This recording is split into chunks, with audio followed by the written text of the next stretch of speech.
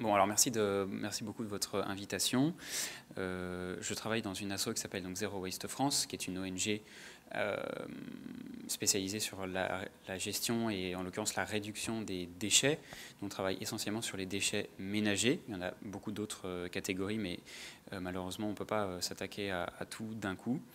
Donc je suis avocat de formation et donc je suis dans cet asso depuis 3 ans en tant que juriste slash chargé de plaidoyer. C'est-à-dire qu'on reviendra peut-être tout à l'heure sur les activités de l'asso, mais il y a une dimension importante maintenant à l'usage du droit pour la cause environnementale et on aura le temps d'y développer ce soir. Donc pour commencer, je vais vous lire un extrait des Misérables de Victor Hugo, où en fait il y a un passage dans lequel Victor Hugo décrit les égouts de Paris. Je crois que quand Jean Valjean transporte je ne sais plus qui dans les égouts, il décrit ça comme une énorme richesse. Donc vous allez voir que le sujet de l'économie circulaire et des déchets, en particulier donc déchets organiques pour l'époque, il y avait moins de déchets industriels, n'est pas complètement nouveau. Livre deuxième, l'intestin de Léviathan, la terre appauvrie par la mer. Paris jette par an 25 millions à l'eau, et ceci sans métaphore. Comment et de quelle façon? Jour et nuit. Dans quel but? Sans aucun but. Avec quelle pensée? Sans y penser. Pourquoi faire? Pour rien. Au moyen de quel organe? Au moyen de son intestin. Quel est son intestin? C'est son égout. 25 millions, c'est le plus modéré des chiffres approximatifs que donnent les évaluations de la science spéciale. La science, après avoir longtemps tâtonné, sait aujourd'hui que le plus fécondant et le plus efficace des engrais, c'est l'engrais humain. Les Chinois, disons-le à notre honte, le savaient avant nous. Pas un paysan chinois, c'est Eckeberg qui le dit, ne va à la ville sans rapporter, aux deux extrémités de son bambou, 2 seaux pleins de ce que nous nommons immondices. Grâce à l'engrais humain, la terre en Chine est encore aussi jeune qu'au temps d'Abraham. Le froment chinois rend jusqu'à 120 fois la semence. Il n'est aucun guano comparable en fertilité au détritus d'une capitale. Une grande ville est le plus puissant des stercoraires. Employer la ville à fumer la plaine, ce serait une réussite certaine. Si notre or est fumier, en revanche, notre fumier est or. Que fait-on de cet or fumier? On le balaye à l'abîme. Bon, après, il continue en disant qu'il faut aller en Australie acheter des engrais, alors qu'en fait, on les a sous les pieds et qu'ils partent dans la Seine. Voilà, donc assez intéressant, surtout le côté la ville, fume la plaine, c'est-à-dire lui amène ses engrais voilà, à la campagne. Donc aujourd'hui, finalement, la thématique a évidemment beaucoup changé. Et en même temps, pour ce qui est des déchets organiques, elle n'a pas beaucoup changé parce que tous les détritus organiques que vous jetez aujourd'hui dans vos poubelles, sauf si vous avez une collecte séparée ou un composteur chez vous, partent en fait soit en décharge, soit en Ile-de-France, plus probable, dans un incinérateur, en l'occurrence celui de Saint-Ouen, qui n'est pas très loin d'ici. Donc, je vais vous présenter un petit peu quel est l'état des lieux aujourd'hui en France sur les déchets et puis quelles voies on peut envisager parce qu'il y a des moyens d'action quand même à l'échelle globale, des collectivités et puis individuelles pour réduire les déchets. Alors, la mauvaise nouvelle, c'est qu'on en produit énormément. Vous pouvez le voir sur ce graphique. Qu'on est à plusieurs centaines de millions de tonnes de déchets, la plus grande part étant celle des déchets du BTP. Aujourd'hui, en fait, c'est la construction, les routes, les travaux, que ce soit les travaux publics ou les travaux chez vous. La construction engendre près de 250 millions de tonnes de déchets chaque année. On se figure mal la quantité que ça représente, mais c'est évidemment immense. Les déchets des activités économiques produisent chaque année de 60 millions de tonnes. Donc ça, c'est construire des voitures, construire des sièges, des caméras, etc. Ça génère beaucoup de déchets, de résidus, de production, etc., de toute nature. Et puis, alors, il y a une partie plus petite qui est celle des déchets ménagers et assimilés, ce qui est déchets des commerçants, ce qu'on appelle assimilés, relativement similaire à ce que vous produisez, qui pointe à 37 millions de tonnes quand même, et qui a un gros impact. C'est petit en volume, mais qui a un très gros impact parce qu'une bonne partie, aujourd'hui 60%, soit mise en décharge, soit incinérée. Donc ça, ce sont des traitements qui sont très polluants, très onéreux, et donc on n'est qu'à 40% à peu près de recyclage de ces déchets ménagers. Donc nous, on se focalise là-dessus parce qu'on a aussi des marges de manœuvre très importantes. Donc la mauvaise nouvelle, c'est quand même que les chiffres sont très très hauts. En même temps, depuis 2010, enfin la fin des années 2000, vous voyez que la courbe est légèrement en train de s'inverser parce qu'on a compris qu'il fallait être plus efficace dans l'usage des ressources, parce qu'il y a aussi une crise économique qui est passée par là et que la production de déchets est quand même relativement indexée en fait, sur le PIB d'un pays. Quand vous avez le PIB qui chute, la production de déchets tombe en même temps. Donc plusieurs facteurs, mais bon, on est plutôt sur une bonne tendance du coup depuis quelques années. Donc les déchets ménagers dont je vous parlais, le graphique c'est pas pour vous présenter des choses compliquées, c'est simplement pour vous montrer que les statistiques je ne les invente pas. C'est l'État qui les produit via l'ADEME, qui est une agence gouvernementale. Sur ces 37 millions de tonnes de déchets ménagers, donc un 40% à peu près valorisé sous forme de matière, donc recyclage, compostage, 30% mis en décharge et 30% incinéré. Alors ce qu'on vous présente sur ce graphique en bas, incinération avec production d'énergie, souvent on le présente sous forme valorisation. Vous voyez qu'en fait c'est le gris extérieur partie droite, on met ça dans valorisation. En réalité, l'incinération détruit les déchets. On pourrait y revenir. Donc nous, on a du mal à accepter le fait qu'on qualifie ça de valorisation. On va y revenir. Si vous avez des questions et que vous ne comprenez pas quelque chose, n'hésitez pas. Donc le constat, c'est quand même que 40% de recyclage. Que fait-on des 60 autres pourcents ? C'est à ça qu'on veut s'attaquer. Et dans ces déchets ménagers assimilés, vous voyez l'imbrication des choses, donc le chiffre total, les déchets ménagers. Dans ces déchets ménagers, il y a une partie qu'on appelle les ordures ménagères résiduelles. Donc ça, ce sont en fait vos poubelles, celles qui ne sont pas triées. Vous savez ce que vous jetez 1, 2, 3 fois par semaine dans votre bac vert classique, pas les recyclables à côté. Ces OMR-là, elles ont un sort un petit peu différent depuis à la fin des années 90, début des années 2000, en ce sens que ça fait quand même une vingtaine d'années que les collectivités aujourd'hui ont mis en place des collectes pour le verre, des collectes pour un petit peu les biodéchets pour les plus pionnières, pour les déchets de plastique, les déchets recyclables classiques que vous connaissez. Donc cette courbe-là des ordures ménagères, qui est composée de beaucoup de choses recyclables ou compostables, est en cours d'inversion plus fort que le reste des déchets du BTP et de l'industrie. Parce qu'en fait, il y a beaucoup de choses qui, dedans, sont soit recyclables, soit évitables. Le mieux, ça serait d'éviter le déchet. Donc sur ces 37 millions de tonnes, on est à aujourd'hui presque 18 millions de tonnes d'ordures ménagères résiduelles. Donc c'est ça le cœur, je dirais, du sujet que l'on souhaite réduire et puis recycler au maximum, parce que c'est ça qui est mis en décharge et qui est incinéré et qui donc produit des impacts environnementaux pas du tout négligeables, bien au contraire. Voilà, donc ces 17... alors les déchets ménagers, simplement pour avoir plus une idée par personne, les 37 millions de tonnes, en fait, quand vous les ramenez par habitant, ça fait à peu près 570 kilos par habitant. Donc là, vous êtes en mesure quand même de mieux voir ce que ça représente. Ça fait quand même beaucoup. Voilà, ça fait quand même beaucoup. Et tout déchet confondu, chaque Français produit 5 tonnes de déchets. C'est-à-dire que les voitures que vous utilisez, les transports, utiliser les bâtiments publics qu'il a fallu construire, etc. Votre bilan, notre bilan, c'est pas culpabilisant, aujourd'hui c'est 5 tonnes par habitant et par an. Voilà, faut le savoir. Donc les décharges, en gros, il y en a 230 en France aujourd'hui qui reçoivent des déchets industriels ou des déchets ménagers. C'est en fait un terrain en général agricole, en tout cas un terrain vierge que l'on utilise comme trou, que l'on bâche un certain nombre d'équipements pour retenir quand même les polluants, et on le remplit de déchets jusqu'à ce qu'il n'y ait plus de place.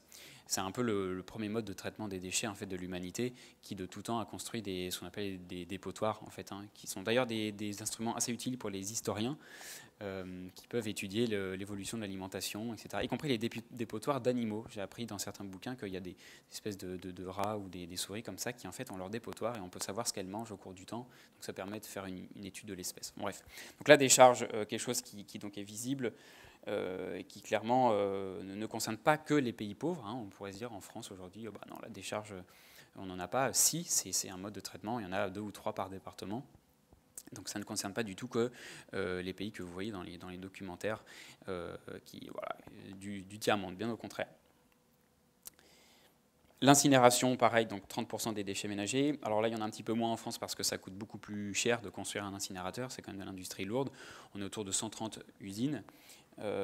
Alors le principe, c'est que vous avez une fosse en bas à gauche avec un grappin qui prend 1 tonne et quelques de déchets à chaque allée, va déverser ça dans un four et on brûle les déchets. Voilà. Alors, le problème de l'incinération, c'est que non seulement ça coûte très très cher, un incinérateur c'est au moins 80 ou 100 millions d'euros pour les plus petits, ça monte jusqu'à 500 millions d'euros pour les plus gros. Il y a un projet en Ile-de-France, aujourd'hui à Ivry-sur-Seine, qui devrait coûter 1 milliard d'euros en construction et exploitation sur 23 ans, une bonne vingtaine d'années.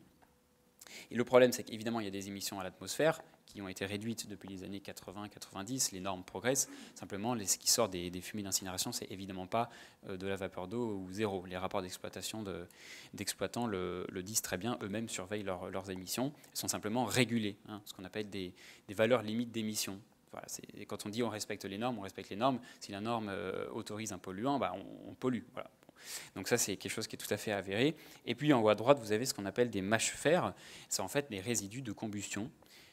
C'est-à-dire que quand vous brûlez quelque chose, que ce soit du bois pour ce que tout un chacun peut connaître ou d'autres matériaux, bah forcément il vous reste des matières. Alors ça ne se voit pas si aujourd'hui je brûle une feuille de papier, il ne va rester pas suffisamment pour voir le reste de la combustion. Une partie va partir en l'air, rien ne se perd, rien ne se crée, tout se transforme. Simplement quand vous avez des très gros volumes, des centaines de milliers de tonnes, voire des millions de tonnes qu'on incinère, il reste évidemment des volumes de mâche-fer très importants, qui sont des déchets plus ou moins toxiques, qui s'ajoutent à d'autres qui sont des déchets dangereux. Enfin bref. Donc ces mâches-fer, c'est assez compliqué de les gérer. Aujourd'hui, une bonne partie part en remblai routier. C'est-à-dire que l'industrie a trouvé comme solution, avec tous les guillemets qu'on peut mettre, de en fait remblayer les routes, notamment les grands projets de travaux publics, avec ces mâches-fer-là, qui peuvent se substituer à des matériaux naturels. Une partie étant trop polluée doit revenir en décharge. En fait, on boucle la boucle d'une certaine façon, mais la mauvaise boucle, en fait, puisque une partie des mâches-fer, quelques centaines de milliers de tonnes par an, doit simplement aller en décharge. Donc problématique en tout cas à long terme. Le but c'est pas de dire qu'il faut tout arrêter demain et qu'on a tout fait mal jusqu'à aujourd'hui, sauf que bon, le constat est quand même pas très... Voilà, on peut pas se satisfaire de ça en tout cas. D'où la démarche zéro déchet, zéro gaspillage que nous on essaye de promouvoir avec pas extrémisme comme voudraient le dire certains, radicalité peut-être, parce que la démarche se veut ambitieuse et donc plus on fixe le cap haut et plus on peut prendre des décisions qui vont être radicales, aller loin sur la gestion de ce problème-là et donc résoudre le problème. Voilà, le plus rapidement possible. La question étant celle de la transition. Tout le monde est d'accord pour dire qu'on mène une transition aujourd'hui écologique, sociale, etc. Sauf que la transition peut durer 5 ans, elle peut durer 10 ans, elle peut en durer 100.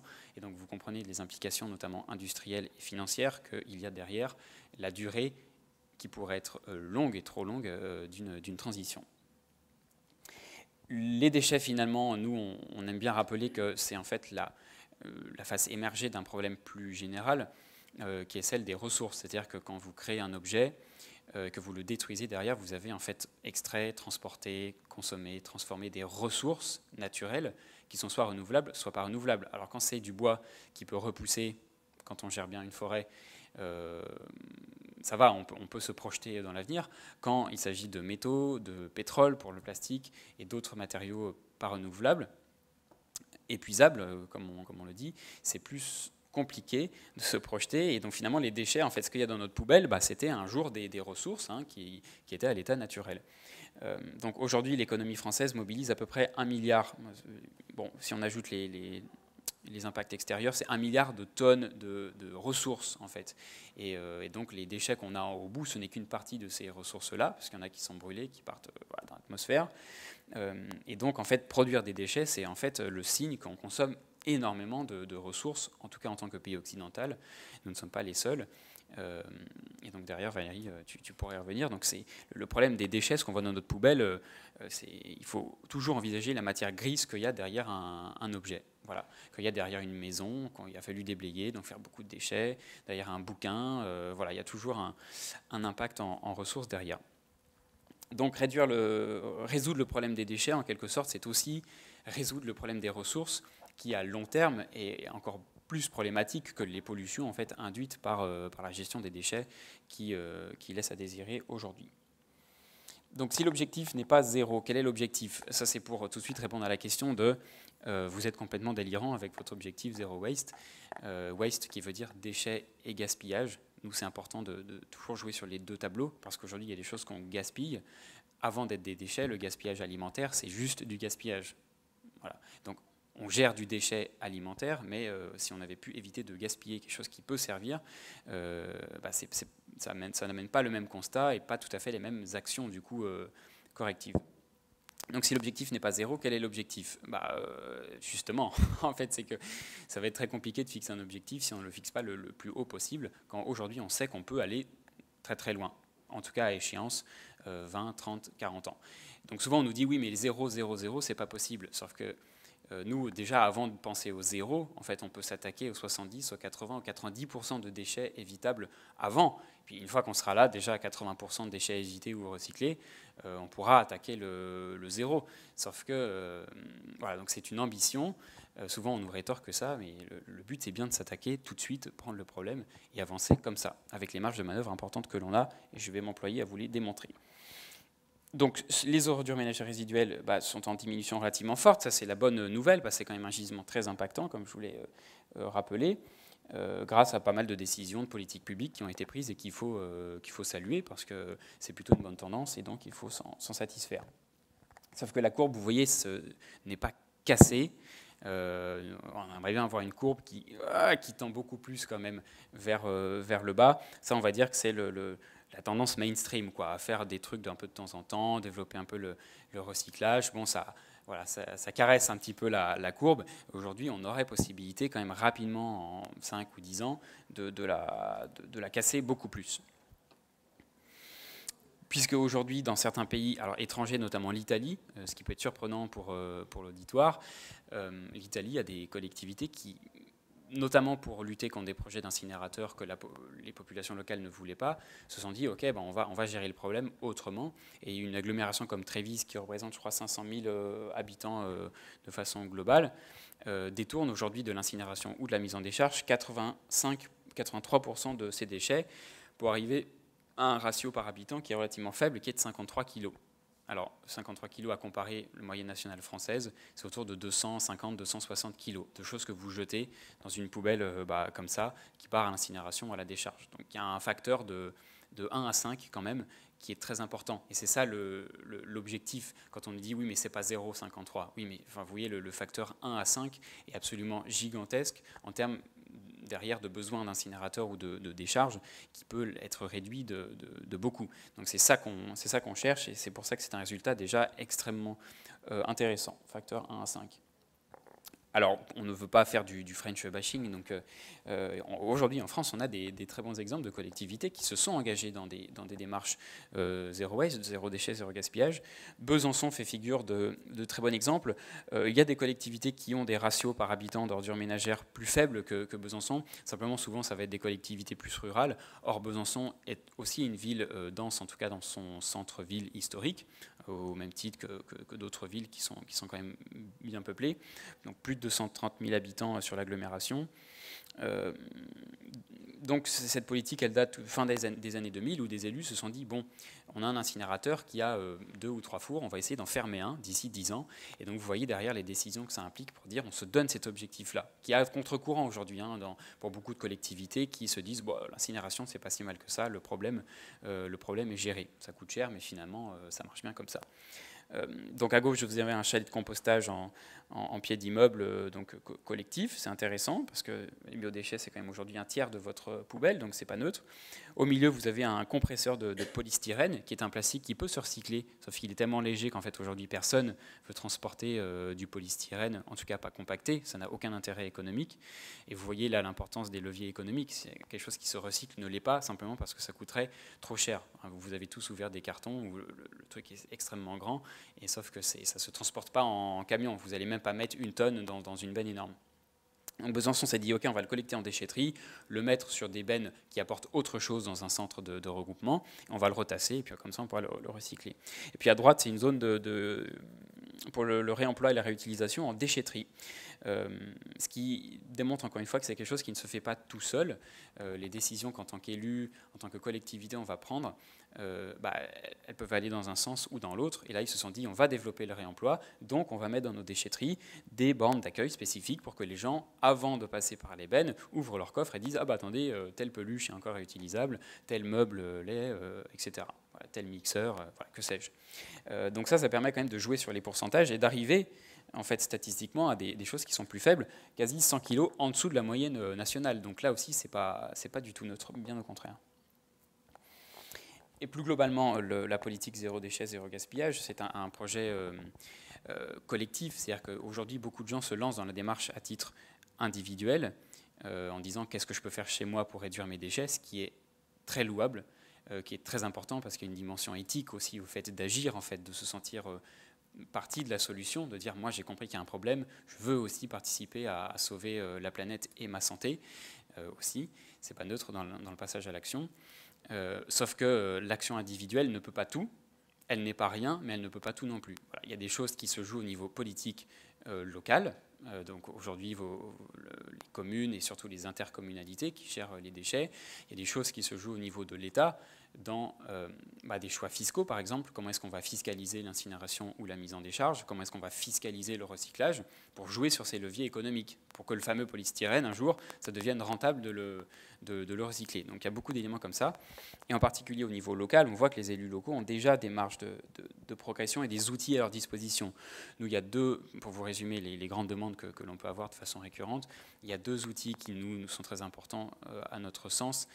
C'est déjà la gestion séparée des biodéchets, parce qu'aujourd'hui, c'est par habitant 60-70 kilos que vous jetez d'épluchures de pommes et de peaux de bananes qui partent à l'incinérateur et qui n'ont pas du tout leur place dans ce genre d'usine, alors qu'on pourrait en faire du compost. Enfin, vous connaissez ça sûrement très bien, d'autant plus que le compost a une valeur en propre, quelques dizaines d'euros la tonne potentiellement.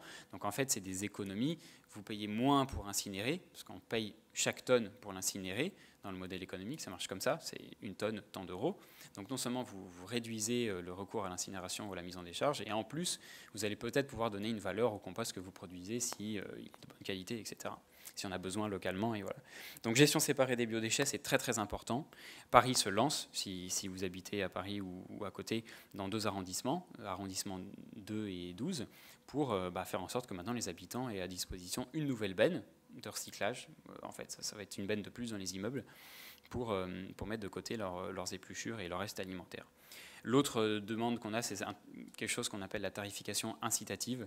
Alors c'est un peu plus administratif et barbare. Simplement, ça consiste à faire payer les usagers une partie de leur facture par rapport au poids de leur poubelle ou au nombre de levées. Il y a beaucoup de façons de calculer cette tarification. Simplement dire aux usagers, aux gens, si vous triez bien, si vous réduisez un peu vos déchets, si vous menez telles actions, votre facture potentiellement va pouvoir baisser.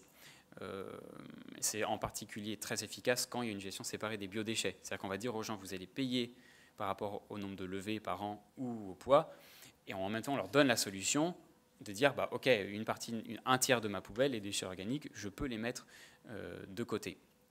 Donc là, la collectivité est cohérente à faire ce genre d'action, parce que sinon les gens sont un peu prisonniers, notamment si vous êtes en appartement, évidemment c'est plus compliqué. Donc deux grands leviers qui ont permis à Besançon déjà d'atteindre les résultats qu'ils atteignent. Il y a d'autres collectivités en France qui ne sont pas tout seuls, et il n'y a pas à rougir par rapport à ces initiatives-là.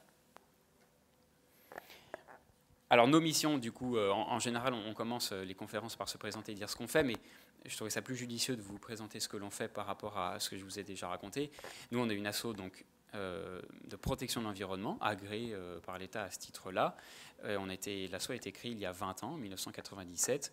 Et donc on a 3 grands axes d'action qui sont d'une part le plaidoyer, ce que d'autres appellent le lobbying, c'est-à-dire aller voir les décideurs privés et surtout publics, ministères, parlementaires, etc., pour que les réglementations qui sortent sur les déchets, qui sont très très volumineuses, très nombreuses, le code de l'environnement, on ne va pas faire la métaphore du code du travail et du nombre de pages, mais il y a beaucoup de réglementations dans le code de l'environnement qui s'appliquent aux déchets, qui peuvent aller toujours, la sinuosité du progrès, en arrière ou dans une démarche de progrès. Donc nous, il faut qu'on soit là pour s'assurer que ça va dans le bon sens. C'est le plaidoyer. Le second axe d'action, c'est l'alerte et l'information citoyenne, ce que vous connaissez des ONG assez classiques qui font des campagnes. Par exemple, là, on a lancé une campagne récemment contre McDonald's et la restauration collective en général, qui ne trie pas ces déchets. Voilà. Alors que c'est une obligation réglementaire depuis début 2016. Il y a 5% en gros de la restauration rapide des enseignes qui en fait mettent à disposition de leurs clients une benne de tri de leurs déchets qui sont pourtant pour l'essentiel recyclables. C'est du papier, McDonald's, c'est du carton, voilà. Donc ce genre d'entreprise s'en fout en fait très concrètement. Et donc nous, on est là pour leur rappeler ce genre d'obligation et faire campagne sur la sensibilisation à la gestion des déchets.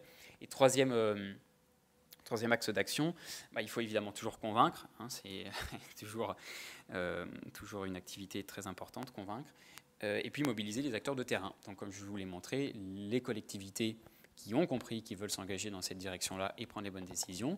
Aujourd'hui, il y a tout un réseau d'entrepreneurs, si on veut être dans le vent, on dirait que ce sont des startups, sur la gestion de différents déchets. Vous pouvez peut-être connaître les épiceries sans emballage, qui est quelque chose qui se développe depuis quelques années.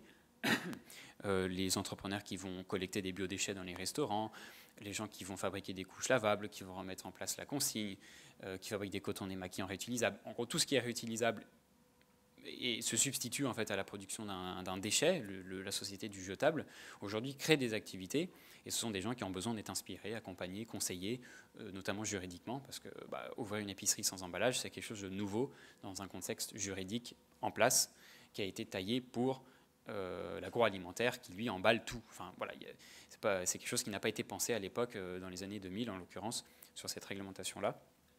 Donc voilà, c'est important.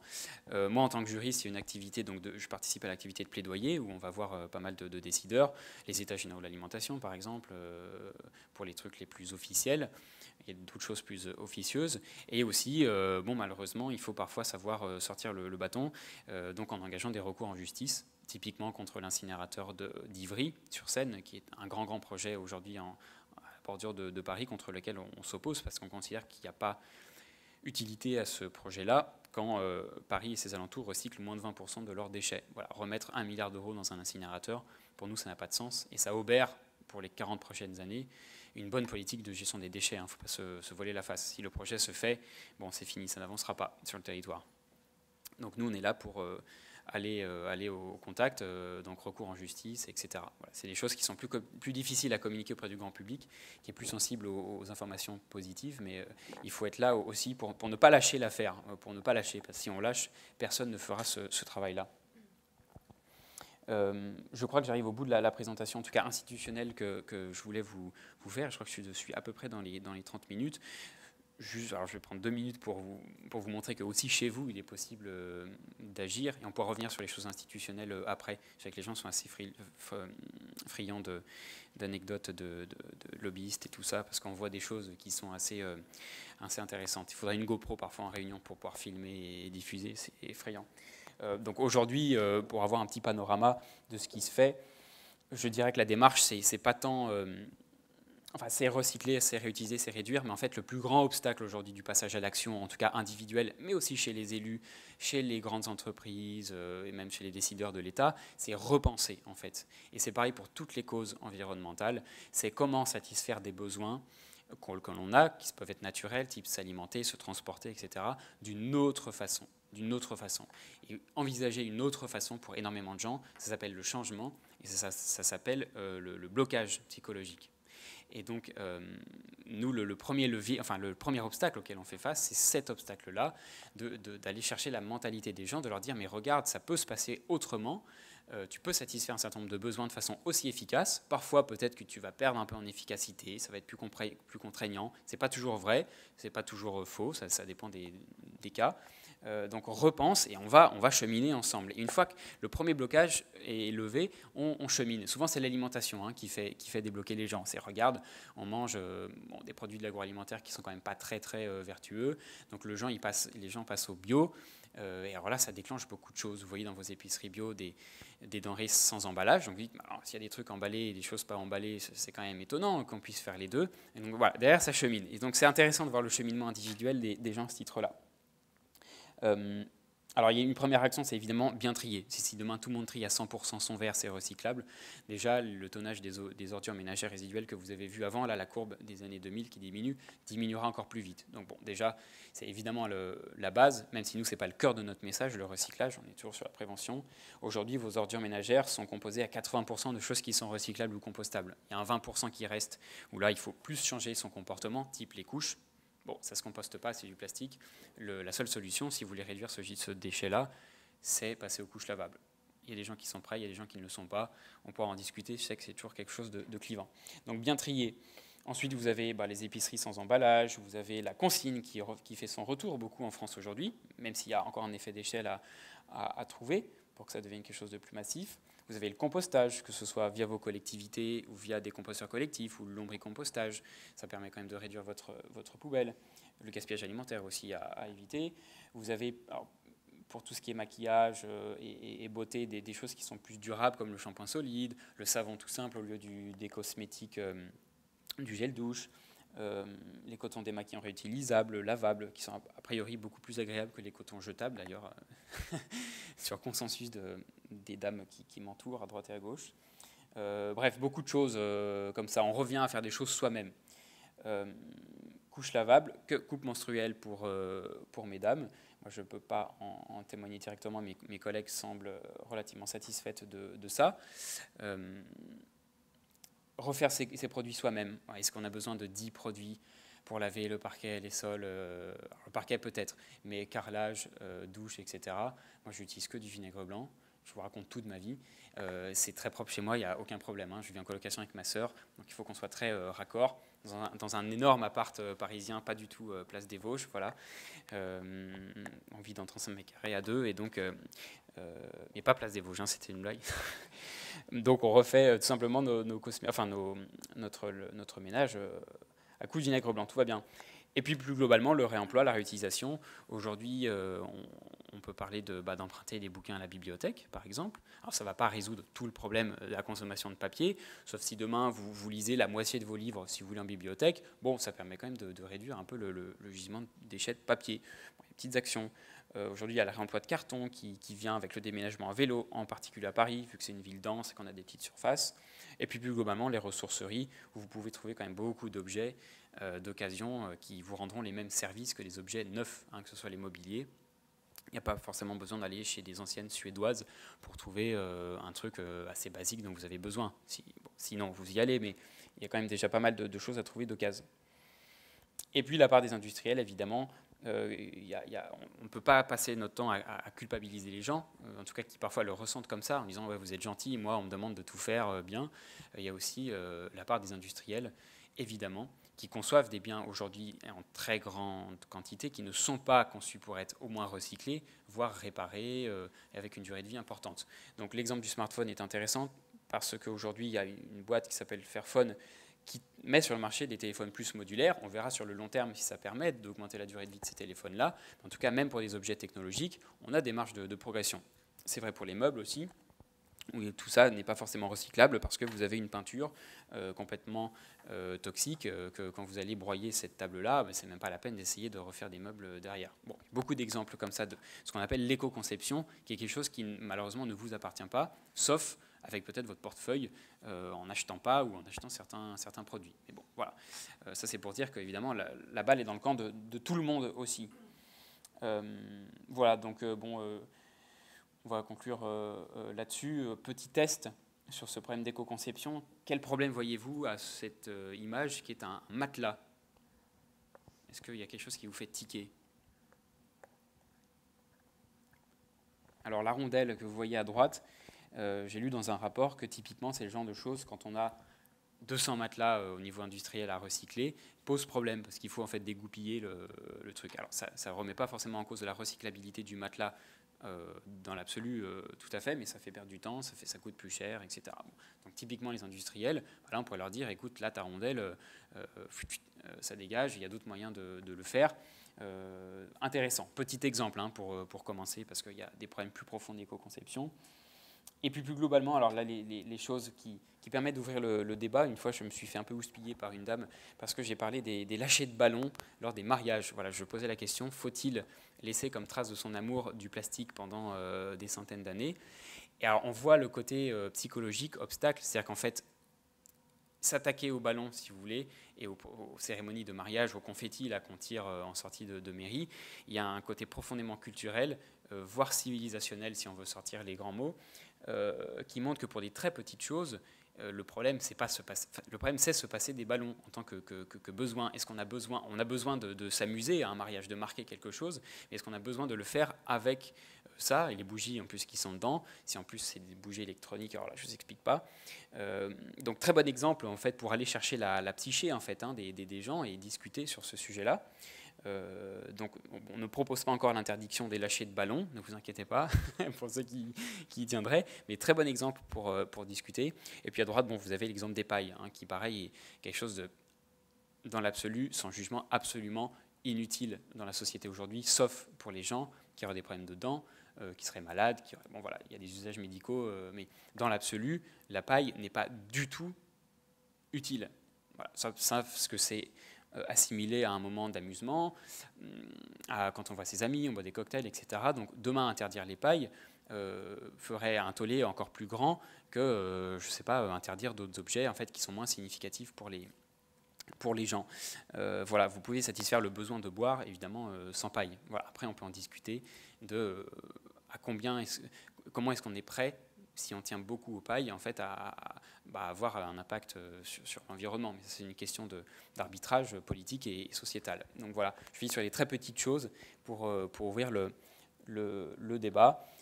J'espère que ça vous a plu. En tout cas, nous, nos mots-clés, c'est l'engagement, c'est l'ambition, le zéro, c'est vraiment se fixer la barre haute parce qu'il y a vraiment des vraies marges de progression.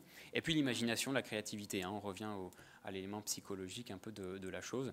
L'image que vous avez à droite, c'est une benne à verre à Strasbourg qui, pour relancer sa collecte de verre, s'est dit, bon, je vais les peindre pour en fait attirer l'attention des gens. Alors je ne sais pas si ça a marché, ça fait quelques années, mais en tout cas moi j'ai trouvé ça très intéressant de se dire bon, on va pas forcément faire un plan énorme, etc. Peut-être que repeindre les bennes, ça peut attirer les gens, faire du street art, peut-être utile. Voilà. Donc imaginons une planète qui ne serait plus une planète poubelle. Merci de votre attention.